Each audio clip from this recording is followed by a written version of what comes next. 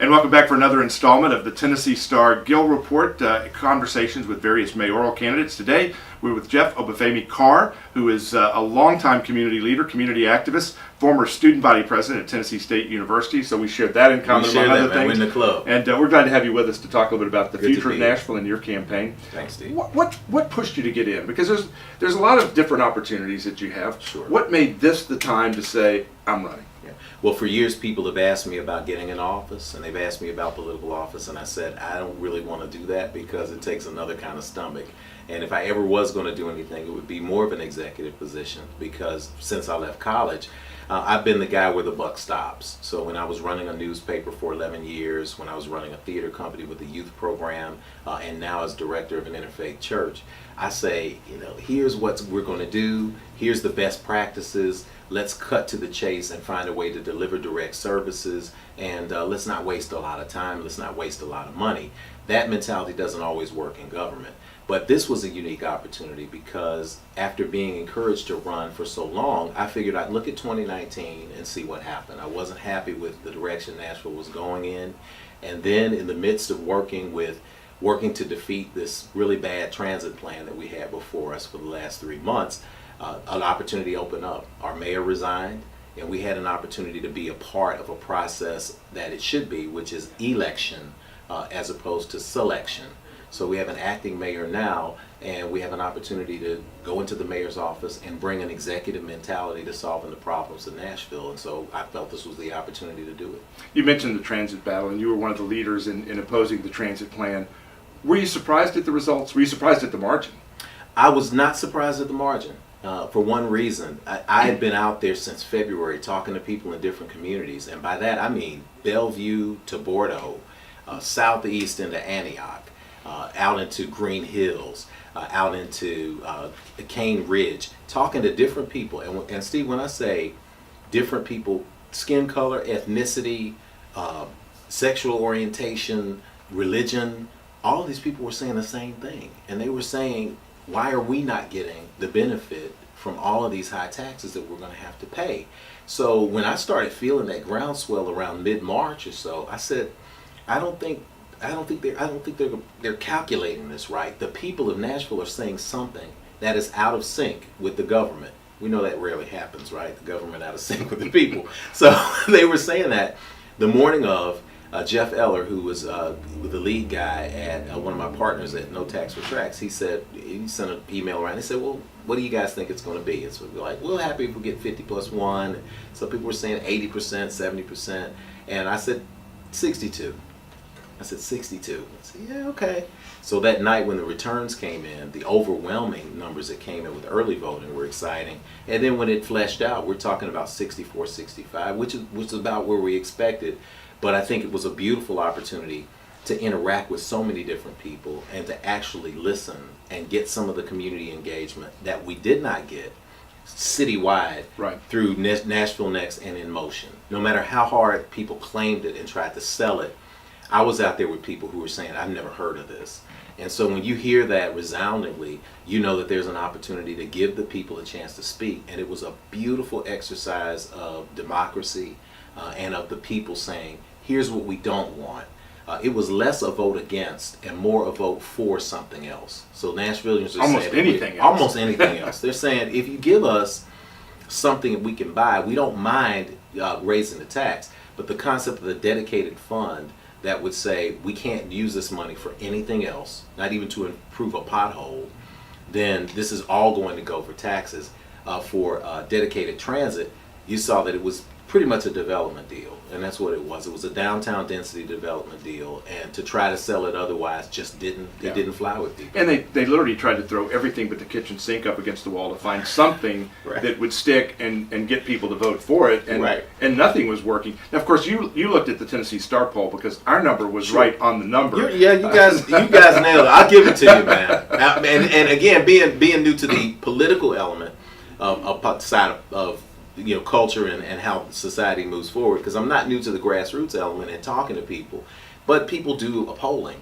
And when you look at what polls are out there, I think maybe maybe the other side saw your poll like the day before the election, because I think they knew something. You saw the last week or so, though, you saw people moving away from it. You didn't see anybody moving towards it in terms of endorsers and public leaders. And one of the things that we did in our poll, and I think helped us try to make sure that we were going to be on the mark, because it's easy for people to say they were for or against the transit plan. Sure. We asked a later question of, would you support raising taxes to put more bus lines and to do a light rail plan? And the numbers were almost identical. So people did know what the plan was, and the numbers were almost identical in those two. So I think that y'all did a great job of getting out what the plan actually was, better than they were able to sell what they were promising it would do. How does that fall out into this race? Obviously, Briley was the only one who was supporting it of the mayoral candidate. Sure. Does this have any besides the voter fatigue we're seeing with virtually nobody showing up for early voting at this point, besides the voter fatigue, is there any kind of backwash from that transit vote that you're going to see in this campaign? No, sure. I think what I hear when I get to people, and what I hear consistently is, what do we do now? Because all my life, whether it was building housing for the homeless, whether it was building youth programs that help teach kids, I taught kids how to act out on the stage instead of the street corner. Over the course of 9 years, 100% of our kids finished high school and went to college. That's impressive by anybody's standards. It's statistically good. But throughout each one of those processes, deconstruction is a part of a larger process. So anytime you tear down something, it's to renovate or rebuild. So of course Nashville voted this down, but what people want to know is what's next. So if I say we need traffic congestion relief, we all do. I've got 4 kids in 3 different public schools, so we're in the street all the time in either my car or the minivan. So we need congestion relief, and we need a transit-oriented culture that allows people to have live, work, and play spaces and be able to get to where they need to get in an affordable and effective way. We do need that, but we needed to make sure that this was not the plan that we were going to put forward, because it would have been burdensome on taxpayers without providing those things. So because I've been the one voice throughout that has consistently been engaging these communities, I'm uniquely positioned through the public engagement part to create a new plan that will be first and foremost cost effective and address things like city streets, potholes, creating a transit culture and rolling it out in a modular way so that we have small test communities where we have ridership already, and we focus on that and we build it out a little at a time. That way people can say, we can do this, we can move forward with this, and we don't have to bite off something that's going to end up being what the other plan was, which was a massive boondoggle. There was a sense of the other plan that insiders were going to benefit from it, and that it was easy for some of these folks to put a few $1 million behind promoting a $9 billion plan because they were going to make tens of millions of dollars back. Sure. Does that reflect a kind of a broader question of corruption in Nashville, of the insiders that were pushing this plan were going to financially benefit from the plan they were supporting? And then you've got the stories about Rich Riebling and the interactions there and particular deals that might be benefiting him or his family. Carol Swain, one of your opponents in the race, has called for him to be fired by Mayor Briley. Do you think he should be fired? Will he have a place in your administration? Okay, sure. Let me assess that, and because you raised some awesome questions, man. Your years of experience in politics and radio, you're a master questioner. So we got 2 parts to that. The first part is what is corruption? What is government? In many people's books, they're synonymous, right? But insider information is, I think we've still not scratched the surface on what this transit plan was about. I think that in the coming days, we'll find out what happens, what happened, who was getting paid, who was going to get paid. If you look at the list where the transit stops were going to be, and who owned the property next to them. Yeah, you're about to do an expose, brother. And some of those things the media can say, and they should say, because that's what responsible media does. They put the spotlight on it. We know that mainstream media, by and large, has become in Nashville more corporate from the days when I was. Which is why we haven't seen any coverage of that question. Haven't seen any coverage of that case. When you have major corporations that own all the media, it's difficult to get the same kind of coverage you had back in the days of the Tennessean and the Banner, and when we had the Third Eye and other independent publishers, companies out there. But when you talk about that, that's something that needs to be explored. We heard touted there were 55 businesses that were part of supporting the transit plan. Charles Robert Bone, at one debate that we had 4 debates, and he said there were 130 plus businesses. And my comeback was, yeah, but there are 39,000 businesses in Nashville. So why are they not supporting this? When the small businessmen say this. If you're an insider, if you have a history of getting government contracts, if you have a relationship with the previous mayor's office, you can see that I tell people I would have voted for it too if I was in that position. But the majority of people outside, they aren't benefiting from this, and that's something we have to look at. Government has to benefit everybody. I'm an old Star Trek nerd guy. I got my Vulcan pin on, and one of the sayings is the needs of the many outweigh the needs of the few. So when you can operate like that with government, it's good government. On the Riebling issue, I've not sat down with Rich Riebling, not had a conversation with Rich Riebling yet. I think that as an executive who is in charge of running organizations, you have to take a careful mindset to things like that. When I hear people say, I'm going to go in and I'm going to just clean house and get rid of the corruption, that tells me a couple of things. Number one, it tells me that you've never been in charge of running things before. Because it's not responsible to say, I'm going to pick and target people and departments that I've not had a chance to look at first and wholesale say we're going to get rid of it just for the sake of having some popularity with the voters. Now, what I will say is, I have no tolerance for cronyism. I have no tolerance for favoritism. I have no tolerance for people who are not producing exceptional work, who are not doing the right thing, who are not being transparent, who are not being open. That's across the board. This is a fourth quarter game here. Let's be realistic. This is not a full term. If you have 4 years in a term, this is 1 year of that term. So everything else gets shrunken down, right? So instead of the first 100 days, I look at it and say I got the first 25 days. Instead of a transition period of 3 months, I got 3 weeks. And in that 3-week period, for the first 25 days, we want to make sure that we cut who we need to cut and what we need to cut to make an efficient and effective government. And we need to make sure that anything that is not right needs to be eliminated, and it needs to be done surgically. Because it's one thing to have frustration. Nashville has frustration right now. But it's like going outside the Starbucks and saying, you had a bad day, somebody at Starbucks treated you wrong. You say, if I became the manager, I would fire everybody in there. They make you the manager, you go in, you fire everybody. Busload of people come in. And you don't even know how to make coffee. You don't know the difference in tall and venti. Right. And you're like, whoa. So it's popular to say that, and I agree with the sentiment. Yeah. Again, I have no tolerance over the course. People that have you made it to 50 years old and have been successful in what you do? It's because I have no tolerance for mediocrity. I have no tolerance for any space that does not treat everybody like they're important and provide the best service. So I'll take that mentality into the mayor's office, and there may be a lot more people that need to be focused on, that need to be replaced or restructured, and I'm committed to doing that. But I'm also committed to being a responsible leader and not saying, here's how an organism should work from the outside without getting a chance to get inside and see what I have. Why are you doing this? What is this supposed to be done? You got to give people a chance to explain that. What would those immediate priorities be? I mean, again, like you said, it's going to be a truncated situation. Sure. So you're not going to be able to do everything. What are those top 3 things that are going to be your priorities? Sure. I can deliver a transit plan that's effective, cost efficient, and serves most of the city in Nashville in an effective way without being an extra burden on the taxpayers within 12 months. That's a goal that I want to check off the list. The second thing I want to do is create an effective affordable housing plan that doesn't benefit just a few directors or a few housing builders, but gives people an opportunity to be innovative. And it also should be a transdisciplinary approach. That means that it should intersect with any transit-oriented development and transit plan that goes. Let me ask about that before you get to your third one. You've been very involved in not just affordable housing, but in dealing with the homeless situation. Right. We talked just before we started that there's this plan, and it may be a good plan, to convert the downtown park location on Church and Tony Giratana, build a building there, and then build 100 household units for the homeless in another location. Sure, move them out of the prime property. $24 million to build 24 or 100 units. That comes out, in my quick University of Tennessee math, to about $240,000 per unit.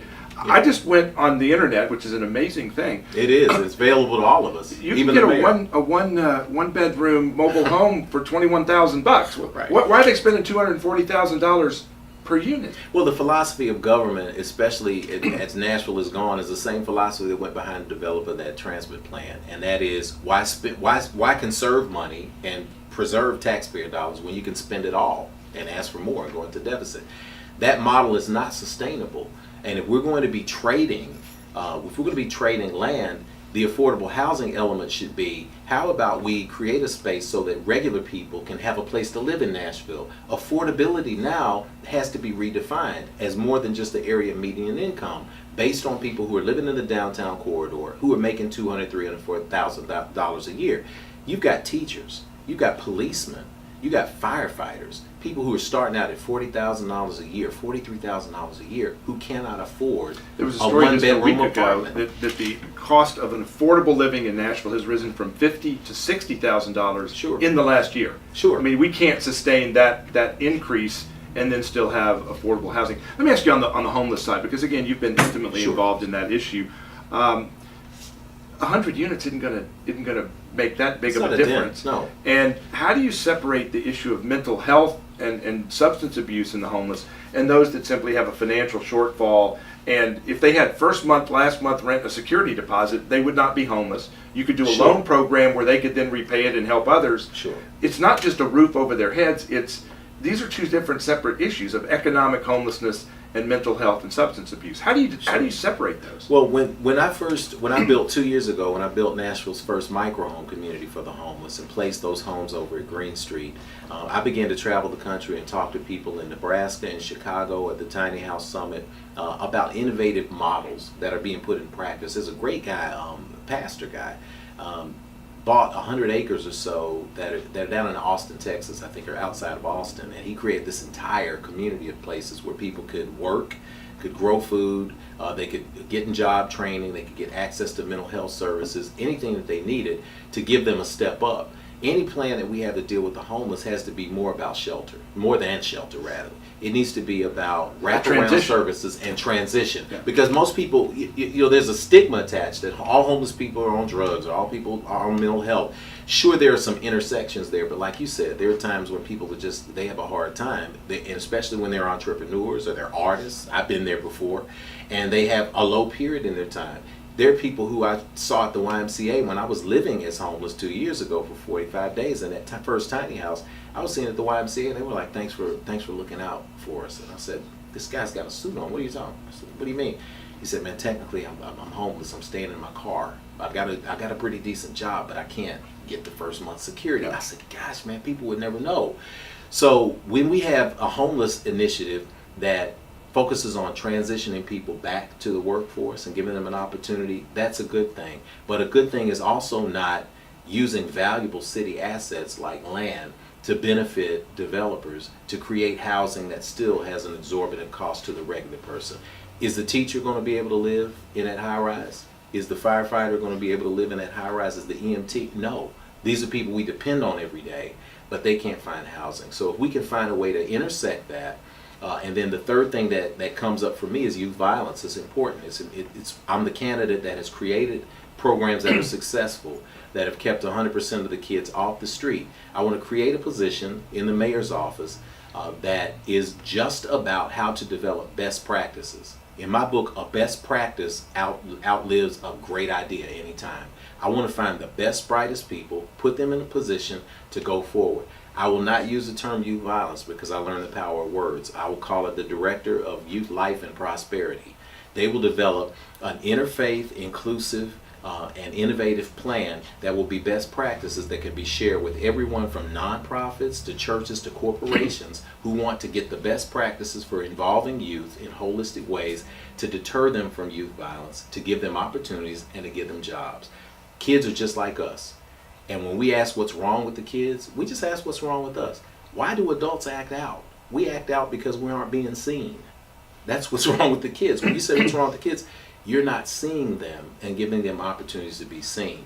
When you do that, you can make it effective. And in terms of cost, I always point out, under the Barry administration, the mayor's personal staff grew in budget by 60% over any other mayor before that. So surely there are some people that we can coalesce and move down and bring in to make this function without any additional cost. And that wasn't all security guards.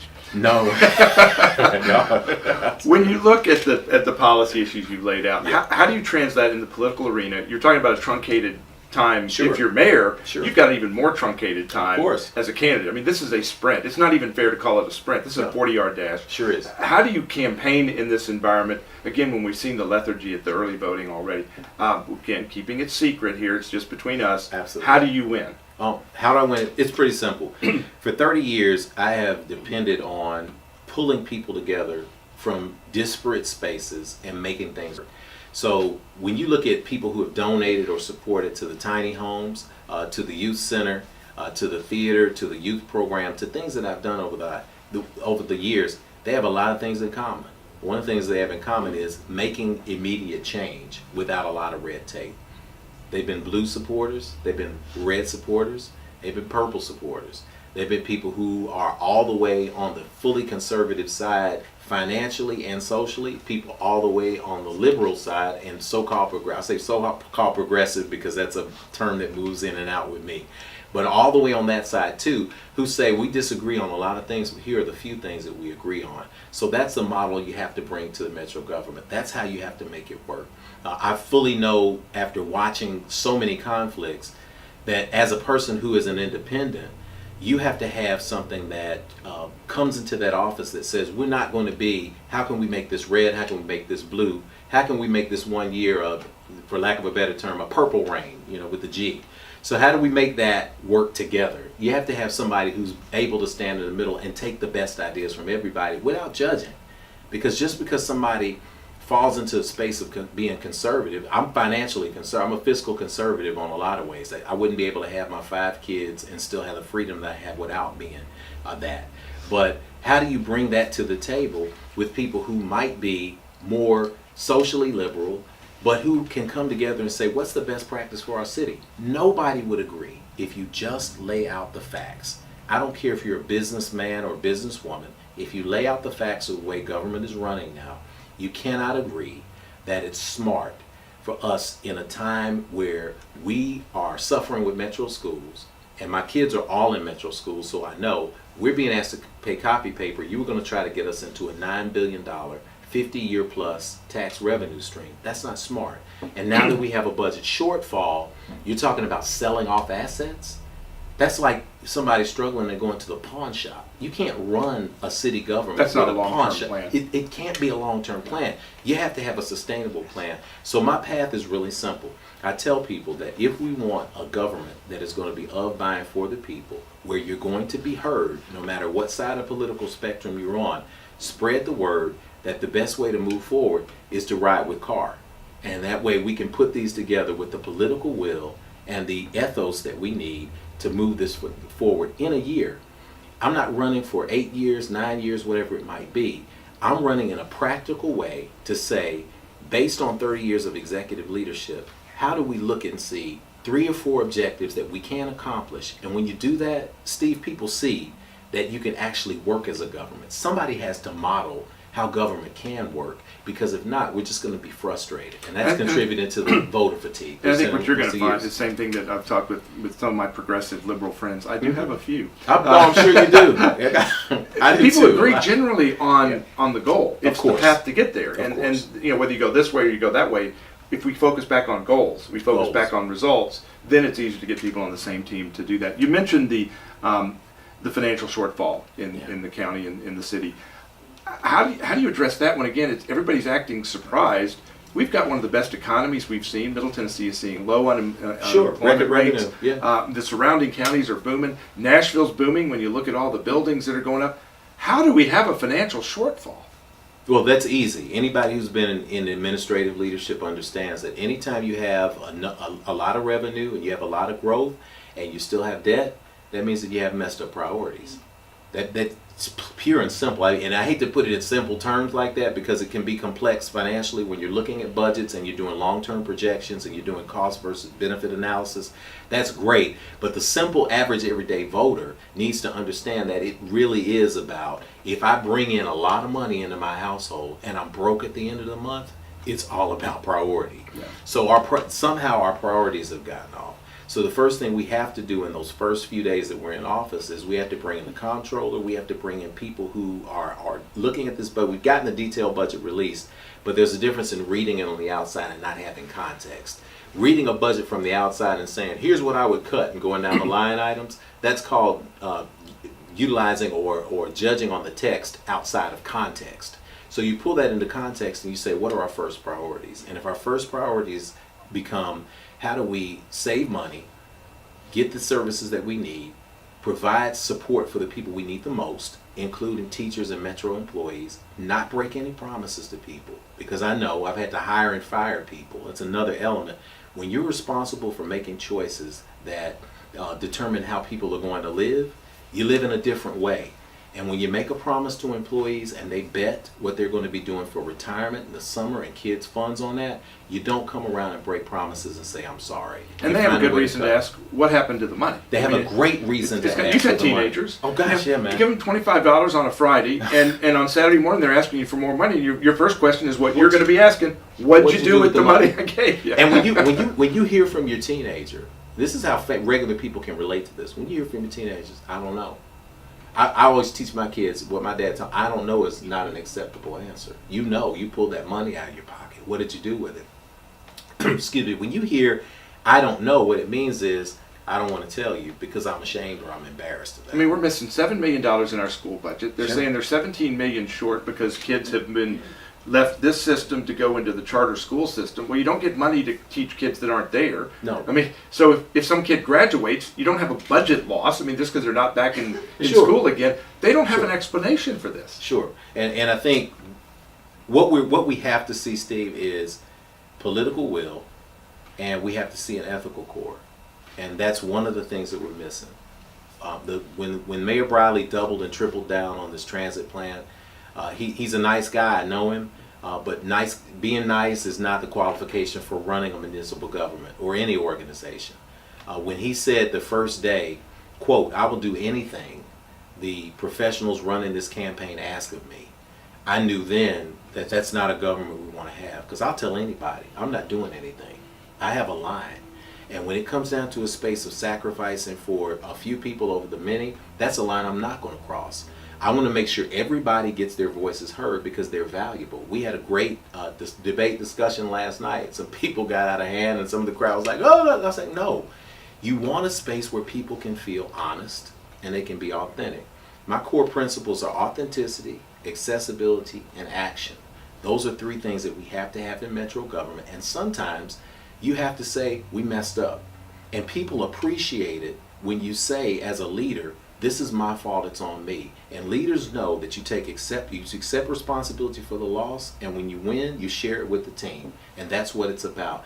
Nobody has come forward in this government and said, look, I messed up, this is what I did, give me a chance to fix it, or I'll move on. It becomes this collective hubris of, let's just put smoke and mirrors up. And then people can see that. They saw it on the transit vote. I think they'll see this on the mayor's election. And I think we'll be in a position to have people say, what's my best opportunity to have an effective government that brings people together? And I personally think that's Jeff Obafemi Carr. We appreciate your being in today. Last question. It's, as we mentioned, it's been a short race, Sure. so it may be an unfair question. What have you learned? Because a lot of times in a campaign, you learn a lot of stuff, Sure. and it's been a brief campaign. Yeah. What have you learned that's going to make you a better mayor? I've learned that there's an old African proverb that says, when spider webs unite, they can subdue the lion. So what I've learned from the transit process to even this short political campaign is that people in Nashville from all different communities, from all different backgrounds, they want the same thing. They want a place where they can live. They want a place where they can grow and expand, and they don't want to be left out of the conversation of the future Nashville. So that's been enlightening for me. It's been exciting for me, and even if it's 2 or 3 days away from now, I'm excited that Nashville gets an opportunity to say, I'm excited in this small window to say we have an opportunity to have those things, and we have a chance to do it, and I hope they take them. You have a little bit of an acting background, so you got Ronald Reagan, you got Arnold Schwarzenegger, Oh, wow. Jeff Yeah. Obafemi Carr. Come It's on. just going to. There are a few out there. There's a few other people ones. running now. And you learn, the thing that I love about the back days of acting was that acting, Stanislavski said it best. He said acting is living truth under imaginary circumstances.